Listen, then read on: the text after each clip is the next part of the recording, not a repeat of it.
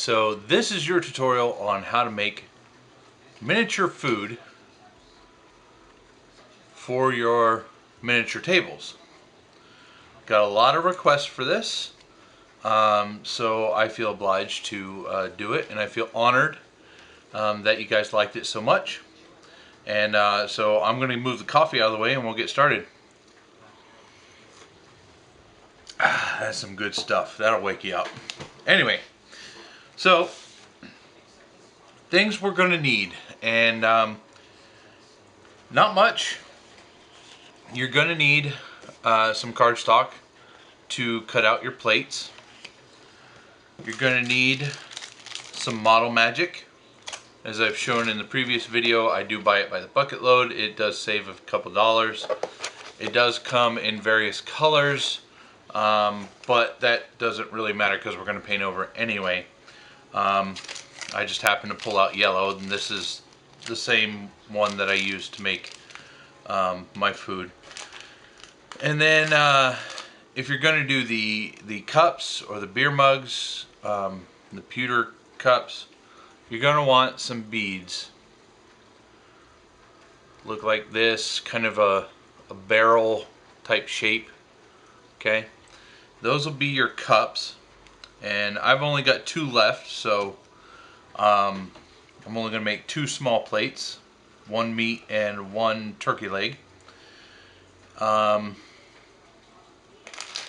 can use various other beads. I said before, I got this for $1. At Walmart, they had a box on the rack that just had random stuff in it. I go through and I find beads that are interesting and things I like. These happen to have a like a wine bottle or potion bottle type shape to them, so I like them.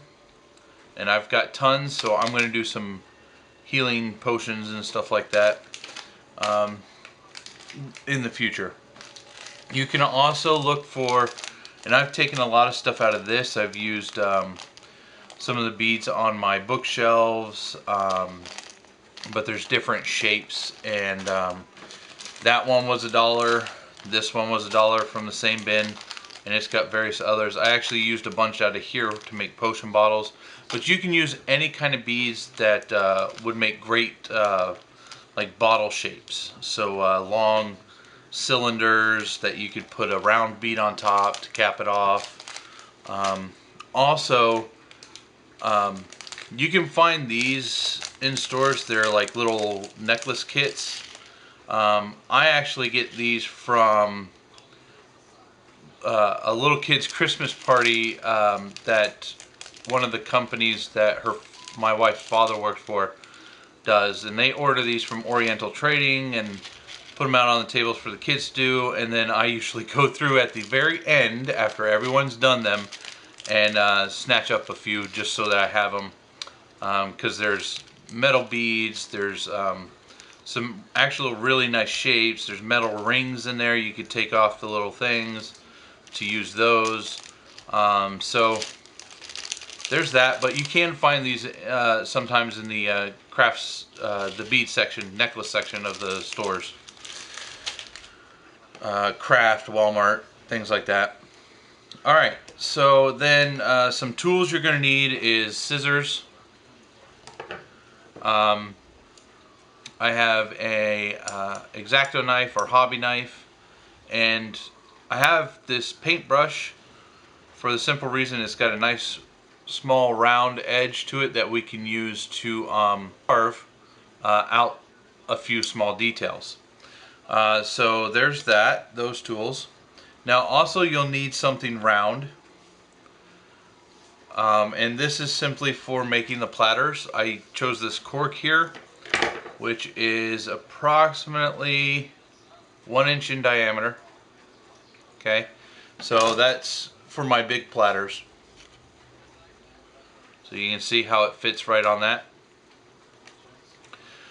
So we're going to trace this on the cardstock and then cut it out. This side I found was too big for the smaller plate, so I had to find something else that was smaller. I actually took one of the bells out of the bead bag, but you can find anything else and the circumference is approximately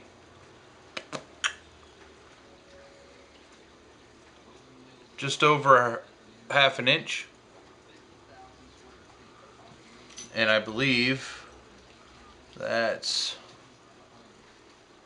yeah, so that's about the size of my plates. Alright, so let's clear some of this stuff off here, and we're going to get started by making the trays, the plates for the food. So I'm just going to take this and trace it out.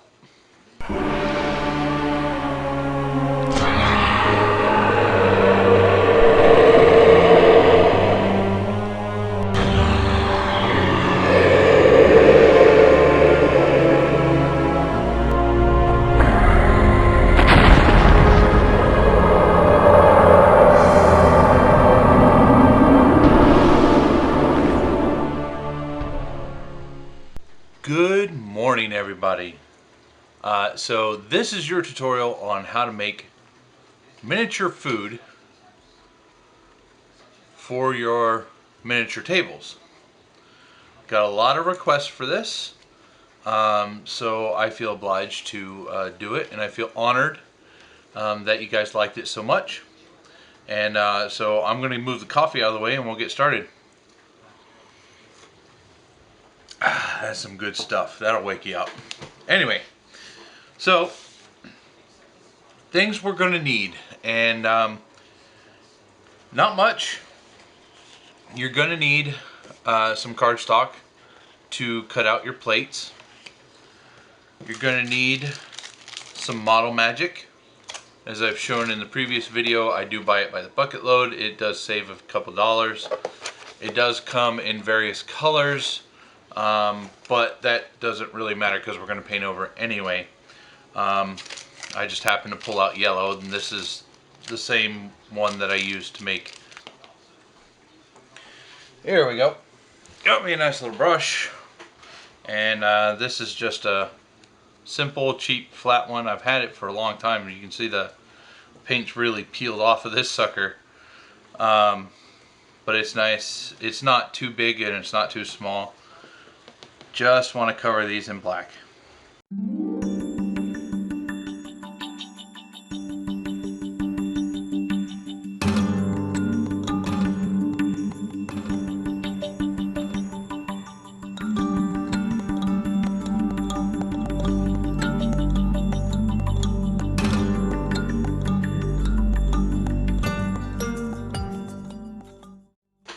Okay, so now that we have that done, we're just going to allow this to dry, and we're going to go jump ahead to another step. So, go ahead and grab a wad of clay. Get more than you think you need. I like to have a tray handy to put my stuff in to dry, so I can move it around if I need to get it out of the way for the kids or the wife or whatever. So this is a TV dinner tray, and I've been collecting these for a while, so I have quite a few of them. I use them for paints or anything. This actually had the food in it, and I would actually, you know, paint while they were in there. So here we go. Let's start with the little piece of meat, and the red meat is anything you want it to be. It's a red meat. So it could be steak, it could be mutton, it could be a meatloaf if you painted it brown. You could probably make a hamburger.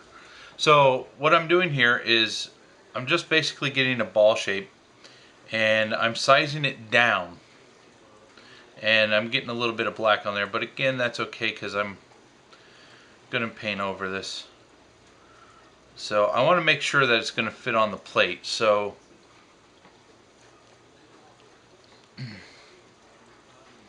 I just take one of the plates after they dried, and you can kind of size it up a little bit. If you want, cut out an extra circle so that you can do it. And that's still a little too big. We want to go slightly smaller for this.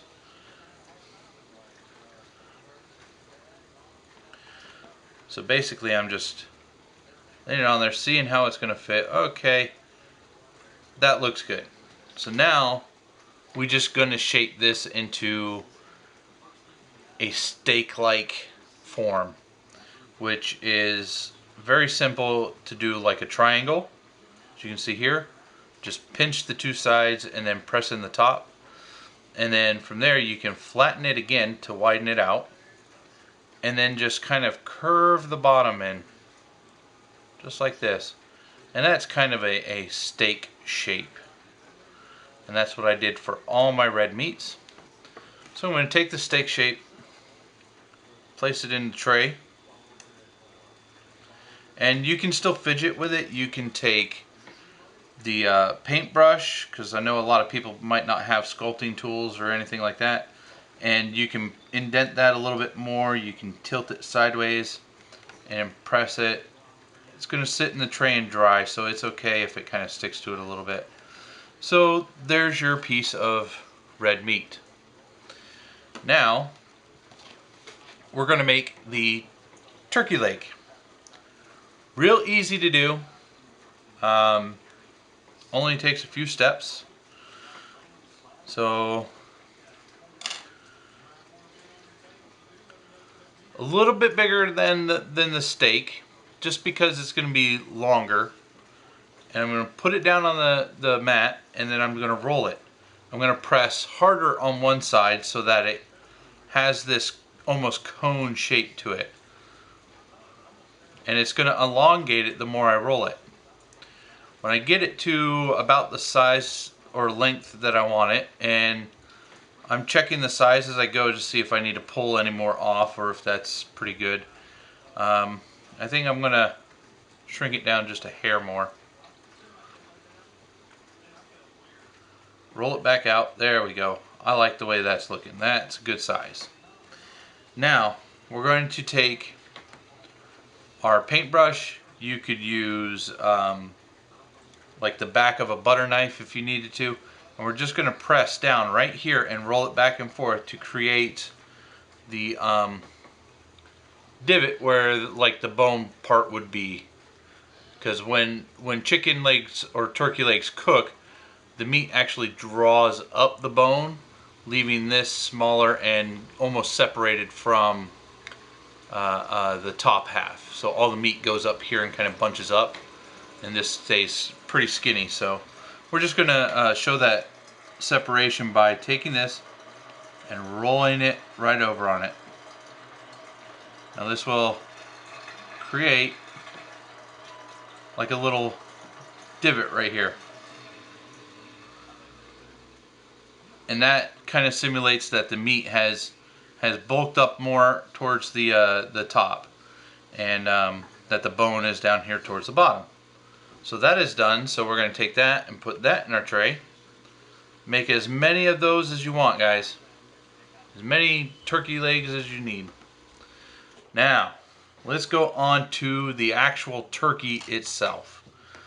So I would take a one of the big plates. Okay, so I'm actually going to kind of borrow the turkey plate here. And then obviously this wad of clay is way too big to fit on that platter. So, and I'm just balling it up to kind of get an idea. Took a little too much off there. And set it on the platter, and make sure you're getting a decent size for the turkey, the goose, or whatever it's supposed to be, chicken. You can make a smaller one if you really want to be chicken, but this can be anything.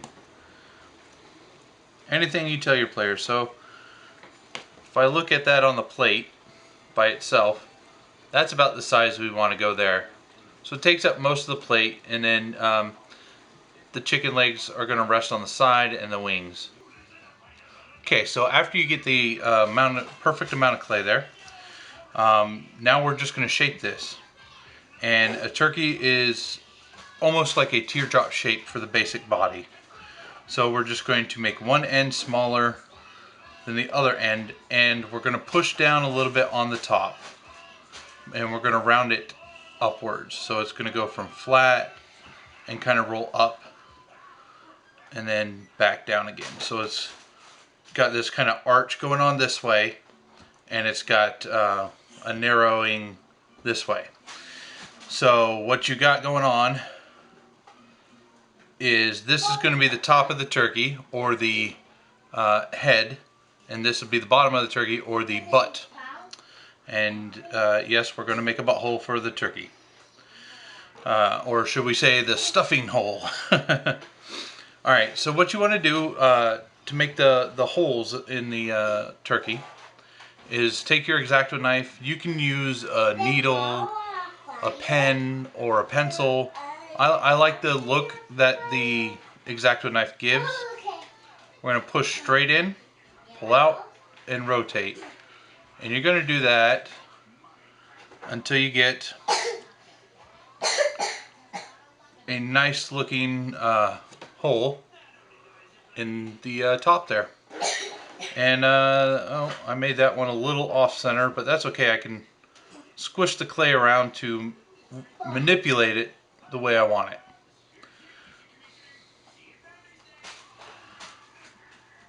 And once I get it just the way I like it, I'm gonna open this up a little bit more, make it a little wider. That's okay.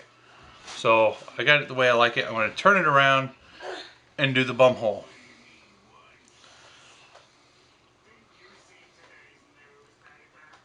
And you're going to have to keep like molding it as you go, because you're going to squish it and things like that. Once you get the holes on there, they pretty much stay there. Alright, so the stuffing hole is full. And there we go. So I'm just reshaping it back into the shape that I want it.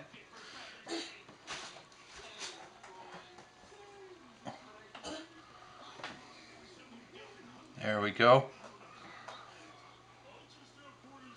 There. So we have it narrowing down towards the butt, wider at the top, and then we've got this arc going from top to bottom. And that's the basic shape of the body of the turkey. Now we need legs. And we're going to do it the same exact way we made the turkey legs for the small plates. So we'll use my boots of speed to get past this part, because you've already seen me do this.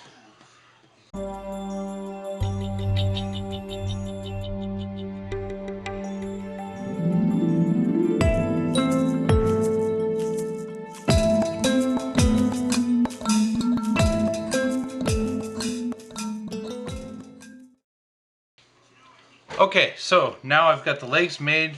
I'm going to attach them by just pressing them right into the side there. And your clay should be moist enough to hold on. Should they fall off, you can always glue them on directly. And you can always take your handy dandy sculpting tool here and reshape as needed. I like to curve the ends in just a bit.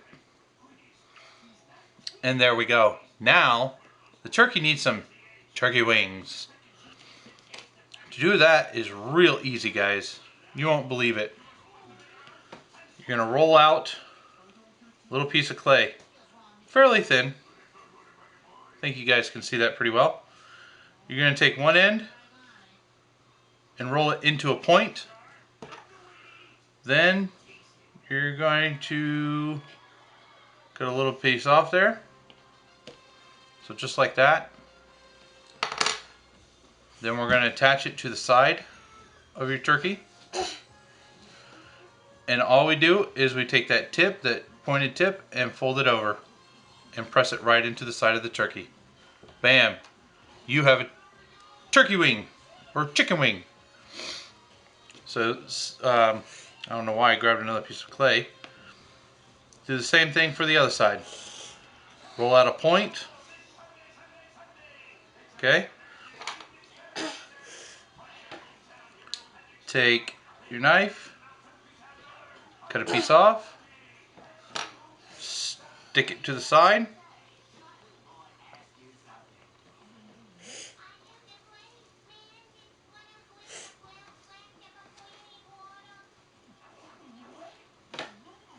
Curve it up.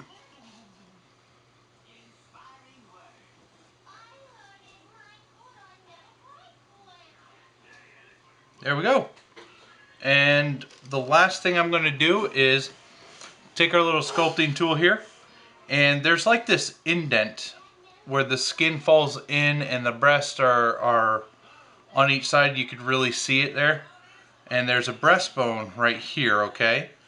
But after that breastbone, it kind of, all the skin kind of drops off. So there's like this little divot right here in the poultry. So we're just going to press in just slightly right there. And you can see how you get the two breast meat to show up. And you can also, if you want to, you can kind of drag this over the center just to kind of give like a little indentation that there's a bone there. And that's it. So now we have our turkey. Let's go on to make our ham. So let's move that out of the way. Let's see, let's grab the ham. Da, da, da, da. Real easy. I mean, this one can't get any more easier. All right. So again, just sizing things up. I know I'm going to do slices, so I want to leave some room on the front for that. Okay. Now the ham is more or less a cone shape with a flat front. So to shape it, I'm just merely really making a teardrop with a flat front. Okay.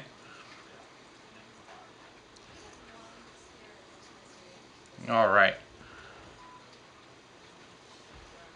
And this one's going to be a bit taller, a little bit taller than the one that I previously made. But that's okay. It was a big ham, big pig. All right, pushing that in. Trying not to get it overly out of shape here. There we go. Then we're going to make a couple slices.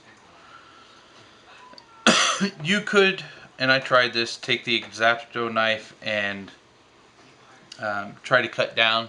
I find that it more or less just smushes the clay, then you got to reform it anyway. So just take a little piece here, and you're going to squish it. It was a ball. Let me show you that again. Ball, squish it down. Now when you slice it, there's going to be a flat edge from the bottom, so then you just press down the bottom, and you want to make sure it stays flat so it doesn't bulk up on you. Okay, just like that. Push it right on there, and when you do, it'll actually take the shape because you're actually pushing in the sides. Flatten, make sure it's flat because the slices would be flat. And now we're going to do one more on top of that. So we're going to take, another little ball of clay.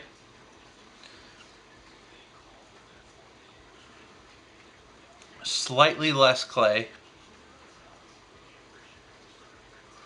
I'm going to smush it down. Flatten the bottom like we did the other one. Squishing it to make sure that it stays flat and doesn't bulk up on you. Then you're going to place this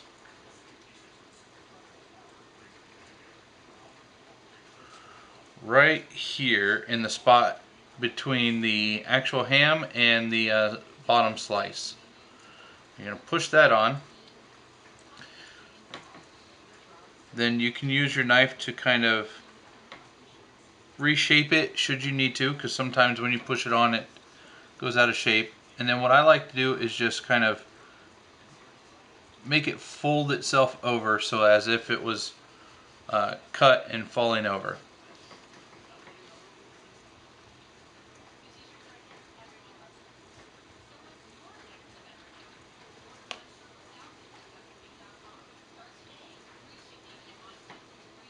And I'm just shaping right now, nothing fancy. Now, for the detail that really sells it, is going to be these cross hatch marks. And it's real simple. All you do is you take the X-Acto knife and drag it across nice and lightly. You don't have to put too much pressure. You want to put enough just to make those divots, so that when you paint it up, it really shows.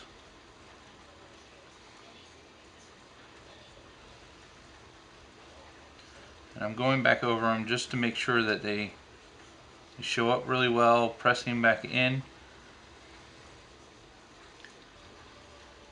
Now, and I'm going to continue that line in the same direction on the opposite side.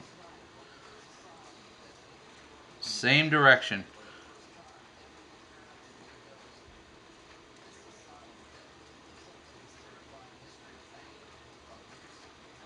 Okay. Just push that in. Now we're going to go complete opposite direction all the way down.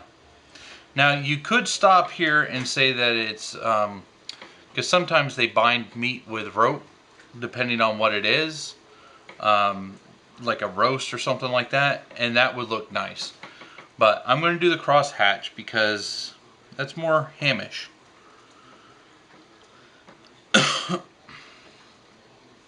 And this time I don't want to drag it because I'll close up the other one. I'm more or less rocking the knife over it, and then as it comes across, we're going to do that so that it goes all the way through. And you can see I'm getting some nice cross hatch pattern here.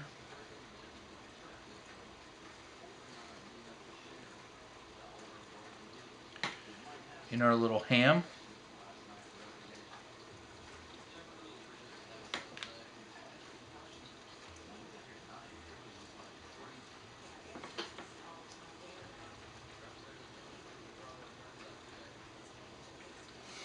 Alright, so then just work your way down, you get a nice crosshatch pattern, and there you go, there's your ham.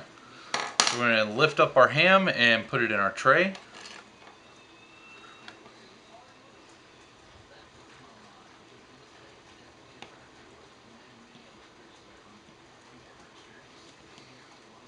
Alright, so that's what our ham looks like. Put it in our drying tray here.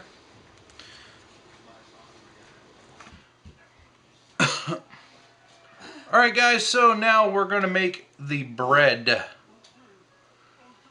And this is really, really simple.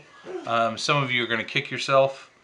I thought of it, it's not hard to do. All I thought of was French bread and, you know, the old round breads and what they look like. So basically you're taking a couple pieces of clay, various sizes. You can have your plates, your empty plates out here so that you can compare size. So for the French bread, this is easy. You're going to roll out a nice, and keep it a little bit thick. You don't want to go like too thin. And basically you're just going to, once you get it the length you want, you're going to kind of round down these edges, and you can use your expensive sculpting tool here and just really round it down. So I mean, that looks like a piece of bread. I'm going to go ahead and do another one.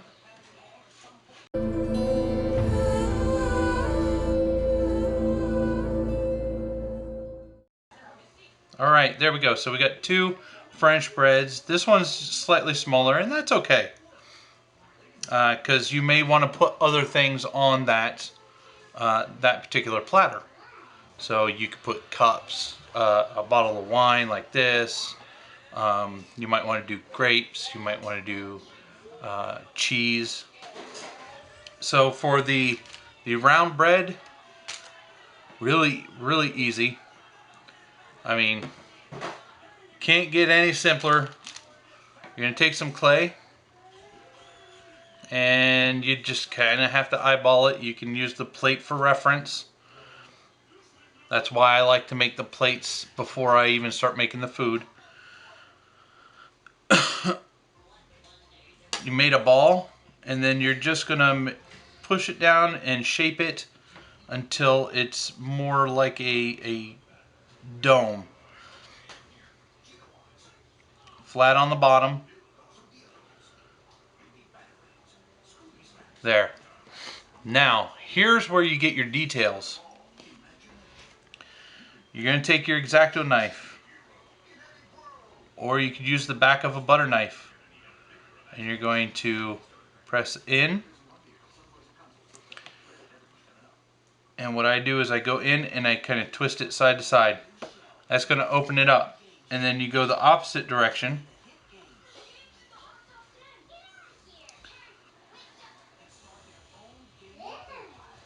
Boom. Ta-da. That's it for the round bread. So we're going to take him off and put him in our drying tray.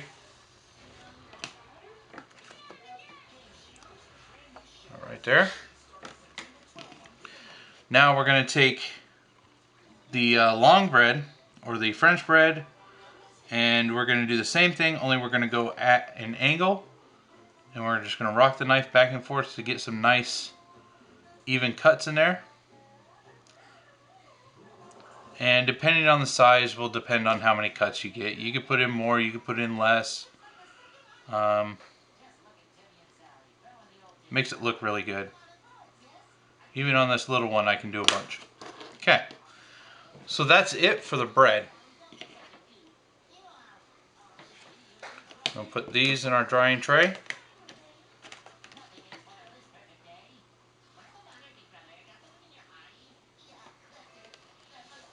So you can see now I've got a pretty good smorgasbord going on here.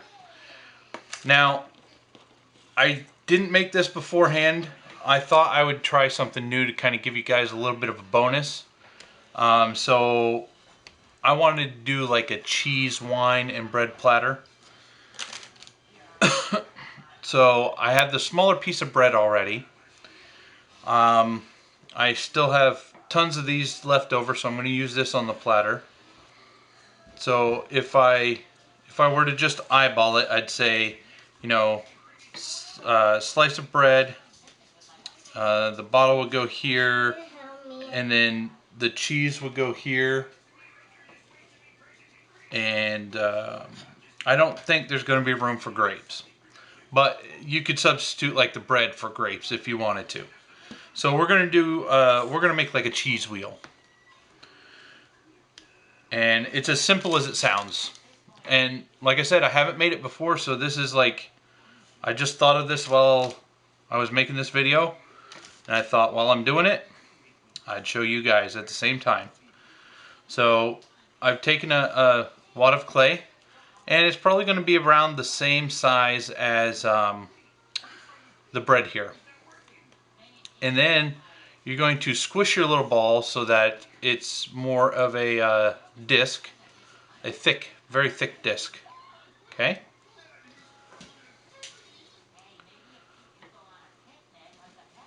Alright, so that looks like a nice wheel of cheese. When you get to where you like it, the next step is going to be to cut a wedge out of this. And you can cut a couple wedges, you can cut it all up into wedges, and then paint the wedges different colors to represent different types of cheeses.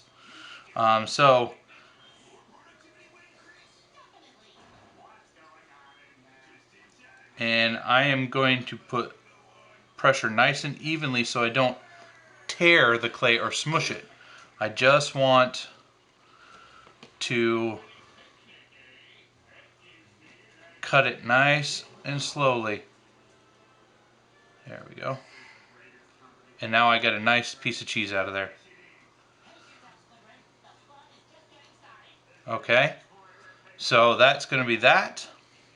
And if you wanted to, if this was like a Swiss cheese or a very holy cheese, you could take your sculpting tool and do little holes, or a needle, or you could take the tip of your knife and drill little holes into it. I'm just going to keep it simple, because once it's painted up, you're going to know that it's cheese. And so on the table, it would probably look a little something like this, or you could actually stand up this slice of cheese, kind of like this, when it's on the plate. So this is a little extra thing, and I'm going to show you guys a easy way to make grapes too. So I'm just going to throw this one in there too, because like I said, I just thought of this stuff, and while I'm doing it, I might as well show you guys. Alright, so grapes. Grapes are obviously just a bunch of tiny, tiny, tiny, tiny little balls that are squished together. So all I'm going to do is take, now the grapes themselves are probably actually really, really small. But the smaller you go, the harder it's going to be to handle and to deal with until it's really dry. So try not to go uber small, or you're going to drive yourself crazy. You're basically just doing a representation of grapes. You make these little balls and you put them in a cluster and you paint them purple. People are going to instantly say, oh, that's grapes. Easy. You know? So let's see. I'm going to make a bunch of these little balls and then we'll put it all together. So I'm going to use the DMG's Boots of Speed to move it right along.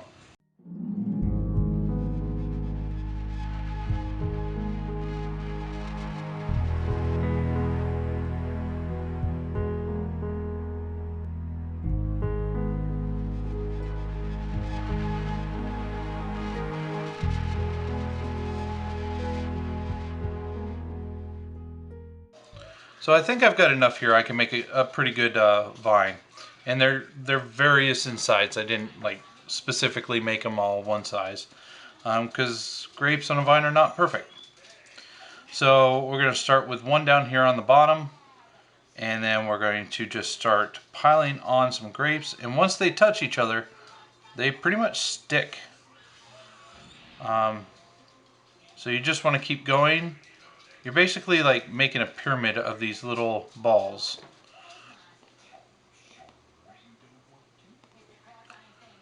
And you can make as many or as little as you want.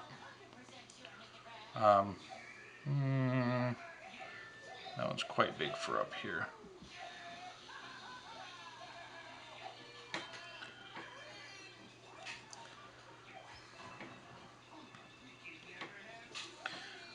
There we go. Now I want to give this a little bit of dimension, so I'm going to put a couple on top of it just so that it looks more like a bunch of grapes. Or a bushel, is it? I don't know. Okay, now also I want to give, just being flat like that doesn't really sell it for me. I gotta have some kind of curvature to it, because grapes kind of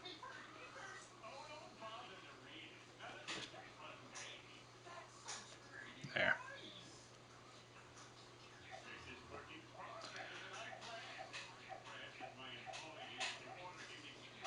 So there we go. We got a nice little batch of grapes, and you can add as many or as little as you want. There we go. Just like that.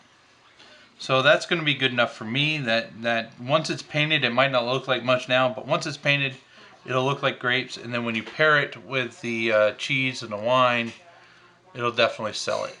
Oh, I kind of like the backside of it actually a little bit better. And I like the nice pattern that came out in it, so I might actually put it that way.